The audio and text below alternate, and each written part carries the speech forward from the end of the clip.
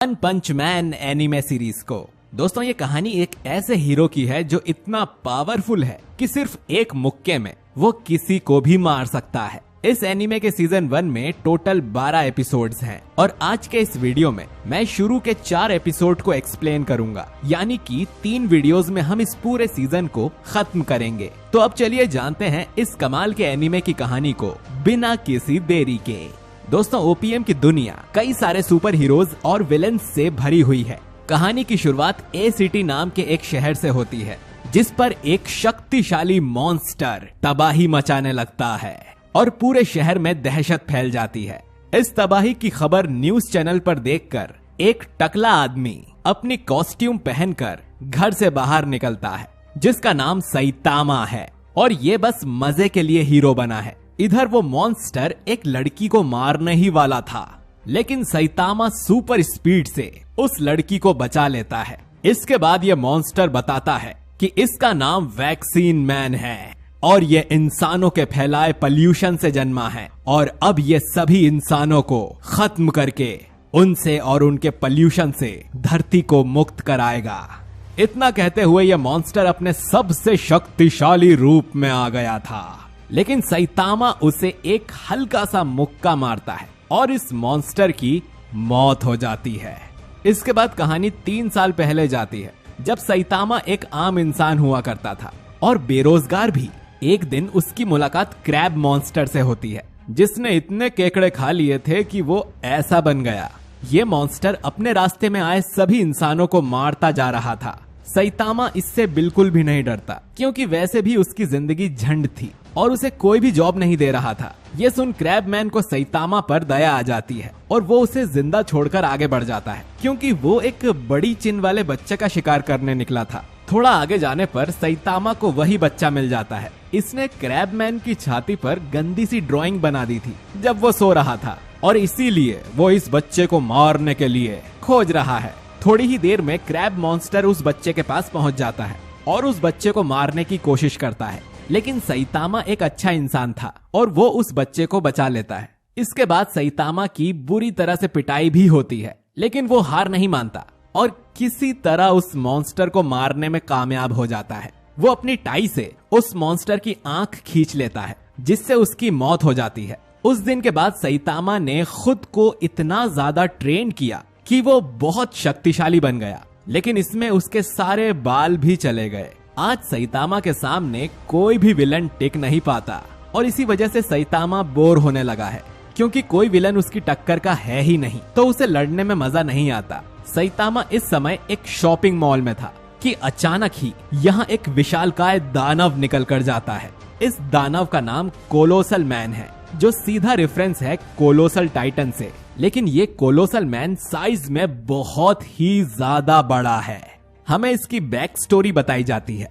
ये आदमी एक बॉडी बिल्डर था और दुनिया का सबसे ताकतवर इंसान बनना चाहता था और इसका बड़ा भाई जो कि एक साइंटिस्ट है, उसने एक ऐसा स्टेरॉइड बनाया जिसे पीने से ये आदमी एक विशाल मॉन्स्टर में बदल गया।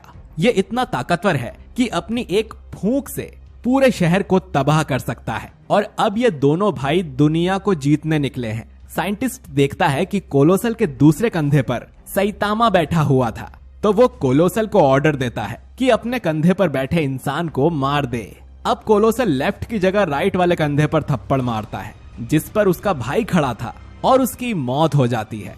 इससे कोलोसल बहुत गुस्सा हो जाता है और सैतामा को नीचे पटक कर उस पर मुक्कों की बारिश कर देता है और उसे लगता है कि सैतामा मर गया।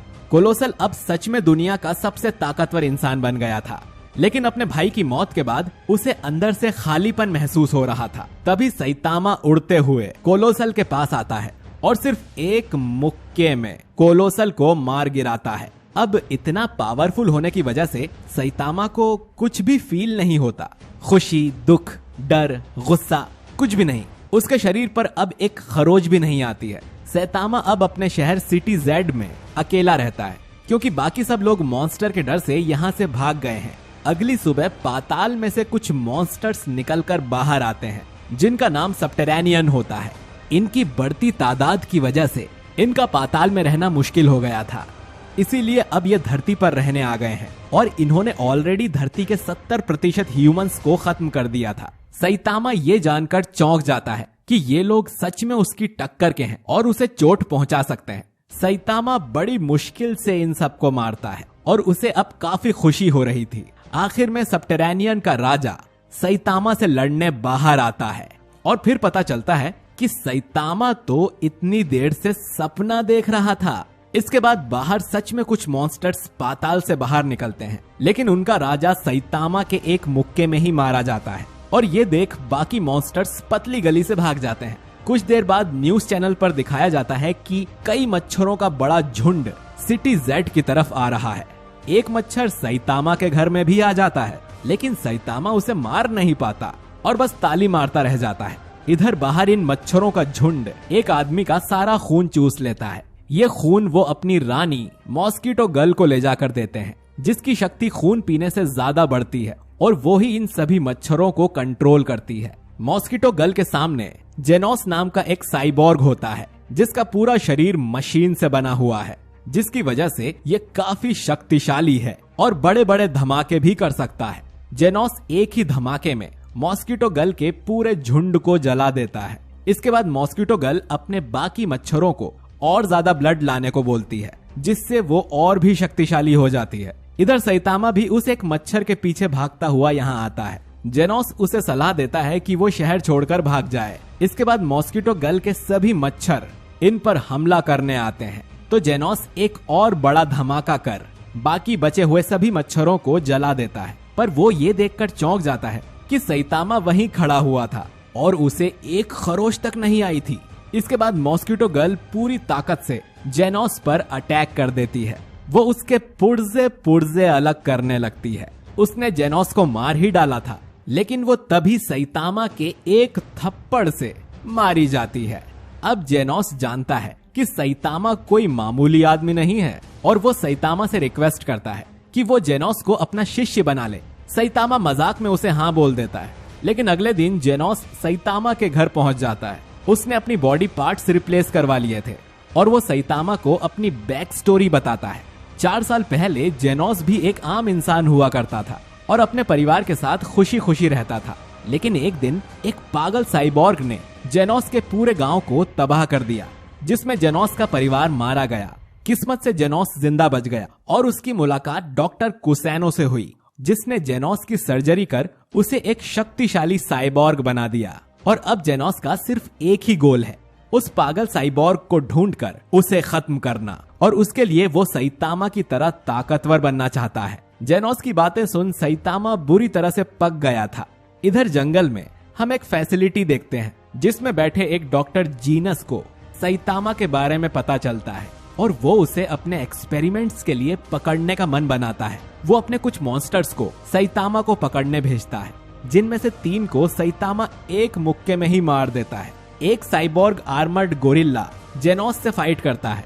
इधर सैतामा पर भी बीस्ट किंग अटैक करता है, लेकिन सैतामा आराम से उन सभी को हैंडल करके बीस्ट किंग को एक नॉर्मल पंच में मार गिराता है। इधर जेनोस ने भी आर्मर्ड गोरिल्ला को हरा दिया था और वो डर के मारे इन्हें सब कुछ बता देता है कि वो लोग हाउस ऑफ एवोल्यूशन नाम की जगह से आए हैं, जिसे डॉक्टर जीनस नाम का आदमी चलाता है। डॉक्टर जीनस एक बहुत ही ज्यादा ब्रिलियंट साइंटिस्ट हुआ करता था और इंसानों की प्रजाति को ही बदलकर उन्हें इवॉल्व करना चाहता था। यही उसका मकसद था, लेकिन उसके इस आइडिया में किसी ने भी उसका सपोर्ट नहीं किया, तो जीनस खुद ही इस पर काम करने लगा।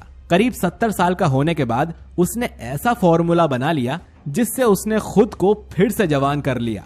इसके बाद उसने अपने शरीर के कई सारे क्लोन्स भी बनाए और फिर उन क्लोन्स और एनिमल्स का डीएनए मिलाकर उसने कई एक्सपेरिमेंट्स किए और कई नए मॉन्स्टर्स को पैदा किया।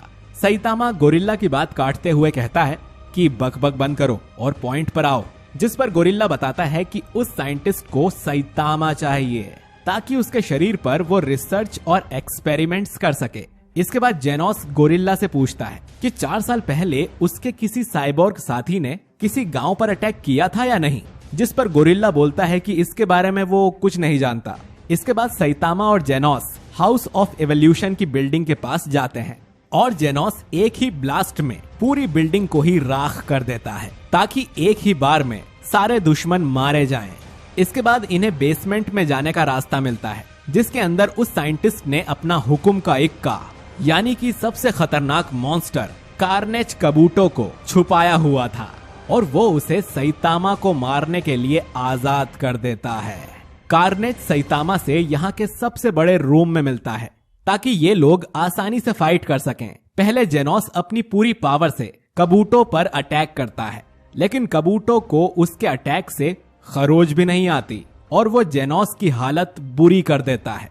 इसके बाद वो सैतामा के ऊपर भी अटैक करने जाता है लेकिन उसके पास जाते ही कबूटो को पता चल जाता है कि सैतामा कितना पावरफुल है तो वो तुरंत ही उससे दूर भाग जाता है। ये देख साइंटिस्ट को यकीन नहीं होता कि उसका बनाया सबसे शक्तिशाली मॉन्स्टर किसी से डर गया। कबूटो सैतामा से चिल्लाकर पूछता है कि आखिर वो इतना स्ट्रॉन्ग कैसे हुआ और सैतामा की शक्ति का राज जानने के लिए साइंटिस्ट भी उसके पास आ जाता है और सैतामा कहता है कि अगर तुम जानना चाहते हो तो मैं बता देता हूँ।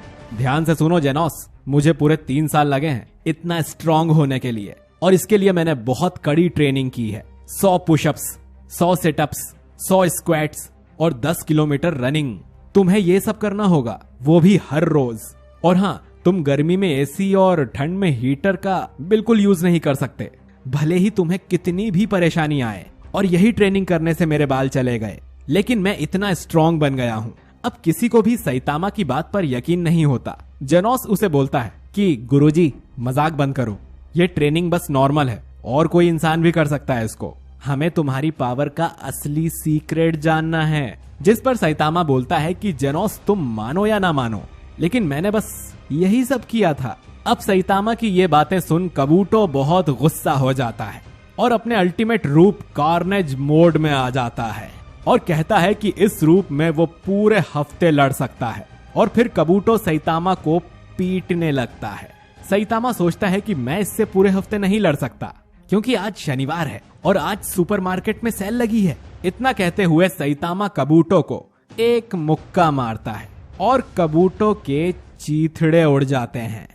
इसके बाद सैतामा और जेनोस सेल में सामान खरीदने के लिए यहाँ से भाग जाते हैं और ये सब देख साइंटिस्ट डिसाइड करता है कि वो अपने एक्सपेरिमेंट्स बंद कर देगा।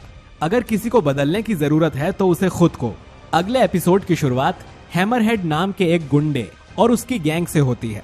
हैमरहेड एक ऐसी दुनिया चाहता था जिसमें सिर्फ वही लोग काम करें जो काम करना चाहते हैं और उसके जैसे बेरोजगारों को घर बैठे बैठे सैलरी मिले, लेकिन उसकी बात को कोई भी सीरियसली नहीं लेता। तो हैमरहेड इस टाउन के सबसे अमीर आदमी जेनिरू को लूटने उसकी बिल्डिंग के पास जाते हैं और एक मुक्के में उसकी पूरी बिल्डिंग गिरा देते हैं। इस पूरी गैंग ने चोरी किए हुए बैटल सूट्स पहने हुए थे जिनसे ये इतने पावरफुल बन गए हैं, लेकिन हैमरहेड को पता चलता है कि उन्होंने गलत बिल्डिंग गिरा दी है और जेनिरू का घर थोड़ा आगे है।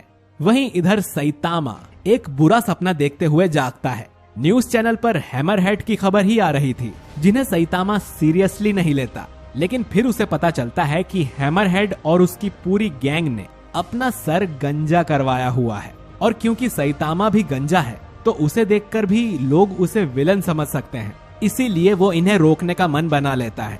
इधर हैमरहेड की गैंग पूरे शहर में तबाही मचा रही थी। एक सी क्लास हीरो मुमुएन राइडर इन सब का सामना करने आता है। इसके पास कोई सुपर पावर नहीं है और ये बस साइकिल चलाना जानता है, इसीलिए इसकी बुरी तरह से पिटाई हो जाती है। इधर वो अमीर आदमी जेनिरू इस गैंग से खुद को बचाने के लिए अपने बॉडीगार्ड स्पीडो साउंड सोनिक को हायर करता है।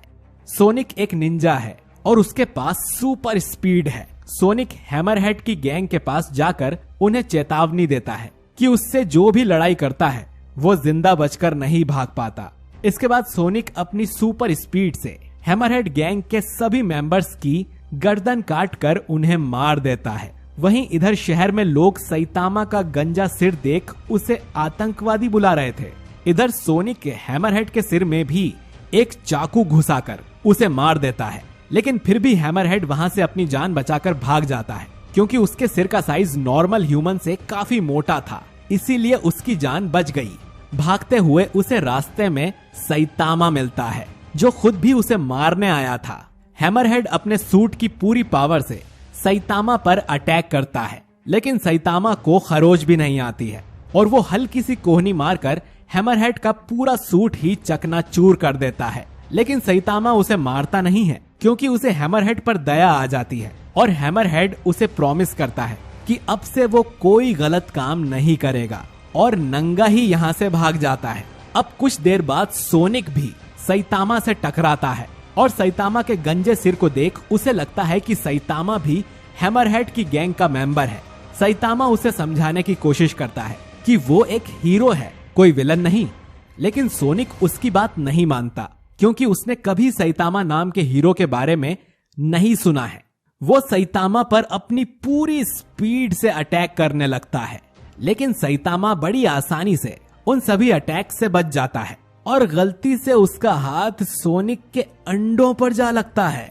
सोनिक को बहुत दर्द होता है और वो सैतामा से कहता है कि वो वापस जाकर ट्रेनिंग करेगा और जब अगली बार वो मिलेंगे तो सोनिक सैतामा को हरा के दिखाएगा। शाम को सैतामा सोनिक के बारे में जेनोस को बताता है, जिसने फिर से नए बॉडी पार्ट्स लगवा लिए थे। और आज के दिन सैतामा जेनोस से वापस घर जाने को बोलता है क्योंकि उसे किसी और चीज की चिंता हो रही थी, और वो ये कि कोई जानता ही नहीं है कि सैतामा कौन है। पिछले 3 सालों से सैतामा हीरो बनकर काम कर रहा है और उसने सैकड़ों मॉन्स्टर्स को मारा है, लेकिन अब तक उसका कोई फैन क्लब भी नहीं है। जेनोस को भी याद आता है कि हैमरहेड की गैंग को हराने का सारा क्रेडिट भी उस साइकिल वाले हीरो को दे दिया गया था और सैतामा को किसी ने भी कहीं पर भी मेंशन नहीं किया था। इसके बाद जेनोस सैतामा से पूछता है कि उसने हीरो रजिस्ट्री में अपना नाम लिखवाया है या नहीं।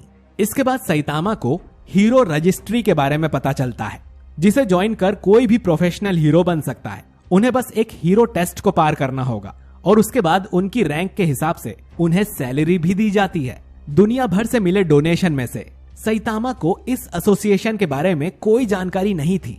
वो जेनोस से कहता है कि हम दोनों साथ में इसमें रजिस्टर करेंगे और फिर सैतामा जेनोस को अपना शिष्य बना लेगा। इधर हैमरहेड को 2 साइबॉर्ग्स मार के चले जाते हैं। ये वही थे जिनसे हैमरहेड ने बैटल सूट चुराए थे, लेकिन उनके जाने के बाद हमें पता चलता है कि हैमरहेड अपने मोटे सिर की वजह से एक बार फिर से जिंदा बच गया है। वो इसके लिए अपनी मम्मी को थैंक यू बोलता है और एपिसोड नंबर